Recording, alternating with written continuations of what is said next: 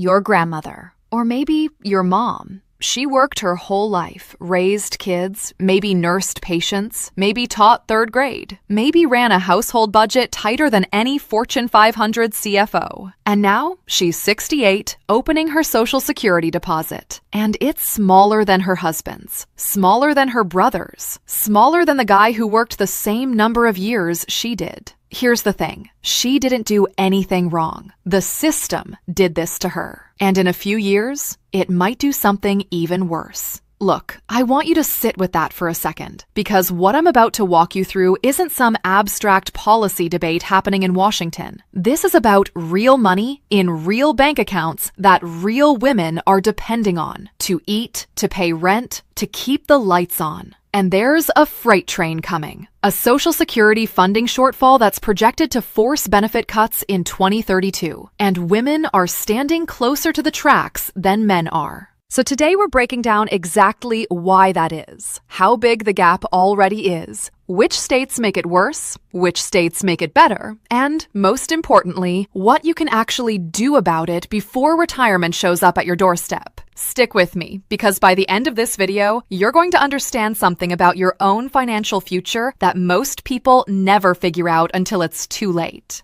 Hello, I'm Anne. This video is for educational purposes only and does not constitute legal, tax, or financial advice. Let's start with the number that should make you a little uncomfortable. Women make up the majority of older Americans collecting Social Security. We're talking about 55% of recipients age 62 and up. So women aren't some small subgroup here. They're the majority of the people this system is supposed to serve. And yet, on average, those women collect about $5,254 less per year than men do. That's not a rounding error. That's not, well, some people just have different jobs. That's over $5,000 a year, every single year, disappearing from women's retirement income compared to men's. Break it down monthly and it's just as jarring. Women nationally take home around $1,760 a month from Social Security. Men average $2,198. That's a $438 monthly gap.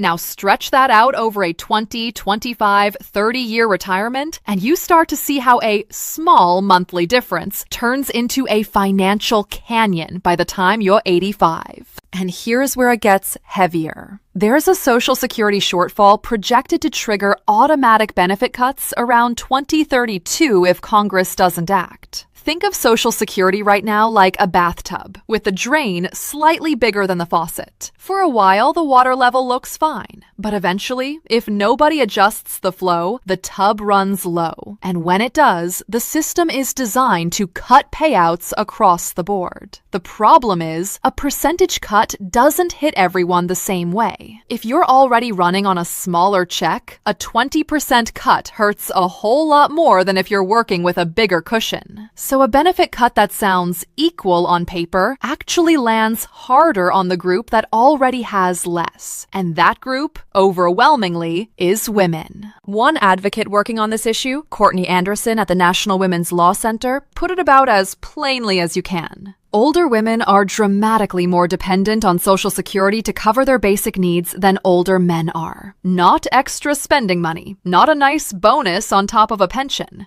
Basic needs. Groceries, rent, medication. For a huge share of women, this check isn't supplementing their life, it is their life. So let's talk about what happens when that check is the only thing standing between someone and poverty, because the numbers here are honestly kind of brutal. Women already experience poverty in old age at higher rates than men, and that gap is widening, not shrinking. Between 2023 and 2024, the poverty rate for older women jumped from 15% up to over 16%, while the rate for older men barely moved. And it gets worse with age. Among women 80 and older, the poverty rate climbs above 1 in 5. 1 in 5 women in their 80s living in poverty. Let that sink in for a second. Now here's the twist almost nobody talks about. Marital status changes everything. Married women in their senior years have a poverty rate hovering around 11%. Single women, meaning widowed, divorced, separated, or never married, have a poverty rate roughly double that, north of 21%. So the most financially exposed person in America right now might not be the stereotype you're picturing. It might be your aunt, who never remarried after her divorce in her 40s, quietly stretching a Social Security check that was never built to support one person on its own, let alone a household. And look, without Social Security, this would be catastrophic on a scale we can barely imagine. Researchers estimate that in 2024 alone, Social Security lifted around 20 million seniors out of poverty, and the majority of them, well over 11 million, were women. Compare that to roughly 8.6 million men. Social Security isn't just a retirement bonus for women. For millions of them, it is the single thing keeping the floor from collapsing. So now you're probably asking the obvious question. Why is the check smaller in the first place? Why does a woman who worked just as long as a man end up with hundreds of dollars less every single month? Here's where we get into the mechanics, and I promise this part is simpler than it sounds.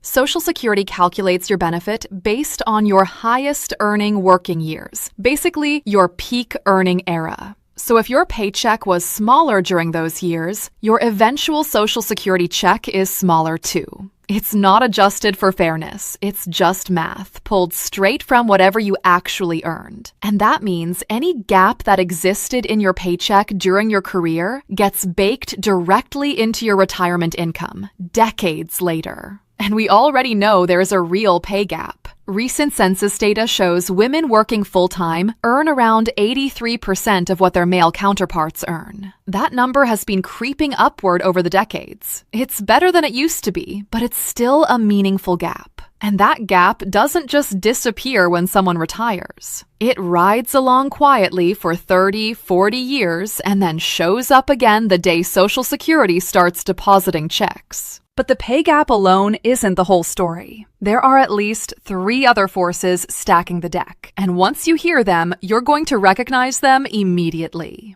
First, career interruptions. Women are far more likely than men to step out of the workforce, to raise young kids, to care for aging parents, sometimes both at once, often back to back for years. And here's the brutal part of the formula. Every year you're out of the workforce can count as a literal 0 in your Social Security earnings calculation. Not a pause, not a placeholder, a 0, sitting right there in the formula that determines your benefit for the rest of your life. Imagine taking 5 years off to raise your kids, and the system treats those 5 years exactly the same as if you'd never worked at all. That's the mechanism quietly working against millions of women. Second, part-time work. More women work part-time than men, often because someone has to be the flexible one, picking kids up from school, managing a parent's doctor's appointments, holding the household together while juggling a job. But part-time work almost always means lower wages and a thinner Social Security earnings record. It's flexibility that comes with a price tag decades later. Third, occupational segregation, which is a fancy way of saying that, historically, the jobs women have dominated just paid less. Teaching, nursing, childcare, administrative support. These are essential jobs, genuinely essential. Try running a hospital, a school, or an office without them. But historically, male-dominated industries paid more, and female-dominated industries paid less, even at comparable skill and education levels. And since Social Security mirrors your career earnings, that historical undervaluing of women's labor gets locked into the benefit formula like a fossil in rock. So you've got a pay gap plus career interruptions plus part-time penalties plus decades of occupational undervaluation, all compounding on top of each other. That's not one bad break. That's 4 structural forces all pulling in the same direction for an entire working lifetime. And then we wonder why the Social Security check looks different by gender. Now here's something I find genuinely fascinating, and it's the part most people have never even considered. Where you live actually changes how big this gap is. Social Security isn't a flat, uniform experience across the country. It shifts dramatically depending on what your local economy has historically rewarded. Let's start with the places where the gap is smallest. Washington, D.C. has one of the narrowest gender gaps in the country. Men there collect only about $174 more per month than women, less than half the national average gap. Why? Federal government jobs, standardized pay scales, strong representation of women in professional roles. When the pay structure is more transparent and uniform, the historical bias has fewer places to hide. Hawaii is another standout. Men's benefits run about 14% higher than women's there, roughly $298 a month, which sounds like a lot until you compare it to the worst states. Hawaii's diverse, service-based economy means more women land in well-compensated careers, which narrows the gap.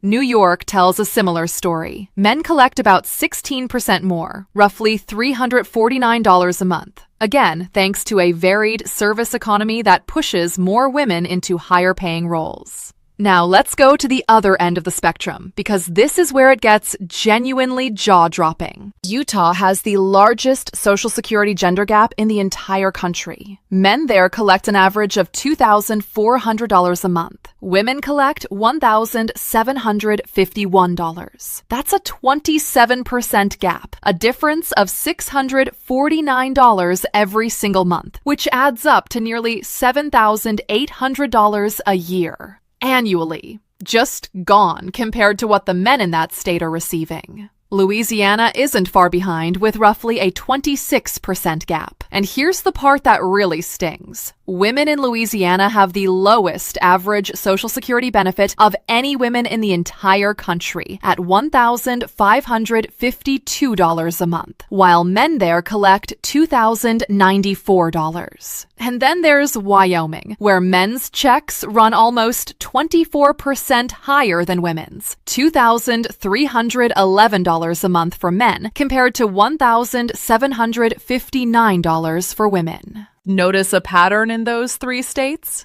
Energy, agriculture, mining, manufacturing. These are economies that, for decades, concentrated their highest-paying jobs in male-dominated industries. Those higher wages built up over entire careers, and Social Security simply reflects whatever wages came before it. So the same historical economic structure that paid men more while they were working is now paying men more in retirement, decades later. The gap doesn't start at 65. It starts on day one of someone's first job, and it just compounds quietly for 40 years until retirement makes it visible. Before we get to the action steps, let's quickly bust a myth, because I guarantee someone in the comments is already typing it. Well, maybe women just choose lower-paying jobs, so this is just a choice thing, not a structural thing. Here's the problem with that argument. Choice doesn't happen in a vacuum. If childcare in your area costs more than a part-time paycheck, staying home becomes the logical financial choice, even when it isn't what someone actually wants. If an industry has spent decades paying nursing and teaching less than warehouse management or oil field work, that's not women freely choosing less value. That's a market that decided certain labor was worth less, often along gender lines, long before any individual woman entered the workforce. Calling it choice without acknowledging the structure around that choice is like saying water chooses to flow downhill. Sure, technically, but gravity built the hill. And there's a second myth worth knocking down here too. The idea that this is some kind of niche issue that only affects a small slice of retirees. We already covered this, but it's worth repeating because it's the whole point. Women are 55% of Social Security recipients over 62. This isn't a minority experience. This is the majority experience with a minority-sized check.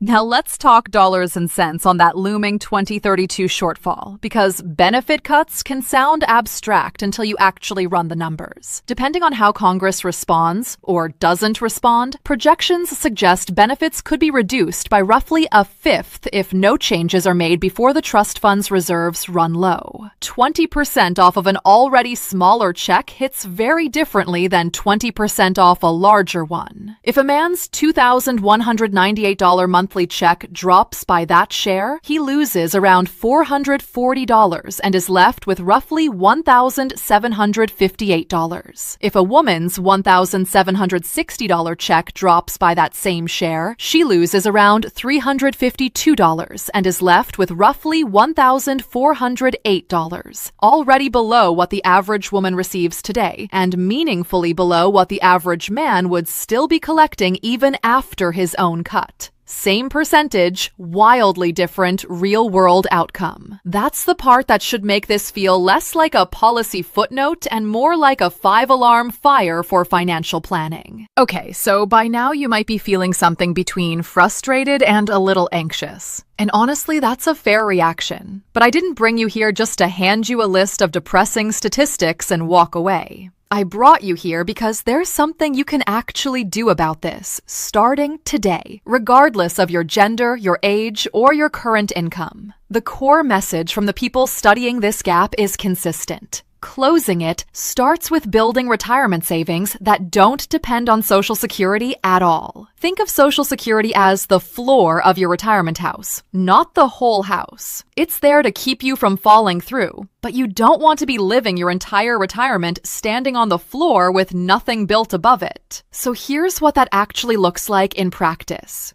Start saving as early as you possibly can, even small amounts, because compound growth is genuinely one of the few free lunches in personal finance. Money you invest in your 20s or 30s has decades to grow on itself, snowballing in a way that money invested in your 50s simply can't replicate. If you're in your 20s or 30s watching this, you have an advantage your older relatives didn't have: time.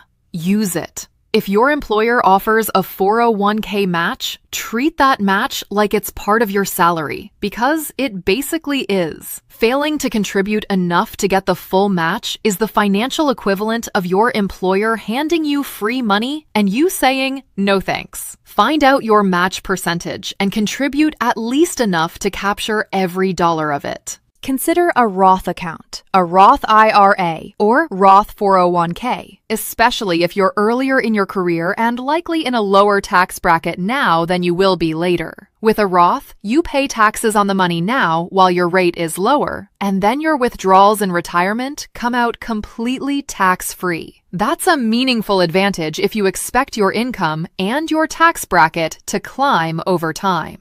And keep debt to a minimum, especially high-interest debt. Every dollar going toward credit card interest is a dollar that can't go toward your future. Debt and compound growth work on the exact same principle, time and percentages, except debt is compounding against you instead of for you. None of this fixes the structural gap overnight. It doesn't erase decades of pay disparity or rewrite how Social Security calculates benefits, but it does something just as important. It gives you a second pillar to stand on, so that whatever happens with Social Security in 2032, whatever Congress decides or fails to decide, you're not standing there with nothing else underneath you. Here's my honest take, and I say this because I genuinely want you to walk away from this video and actually do something with it, not just nod along and close the tab. If you're a woman watching this, especially if you've taken time out of the workforce, worked part-time, or built a career in a field that's historically undervalued,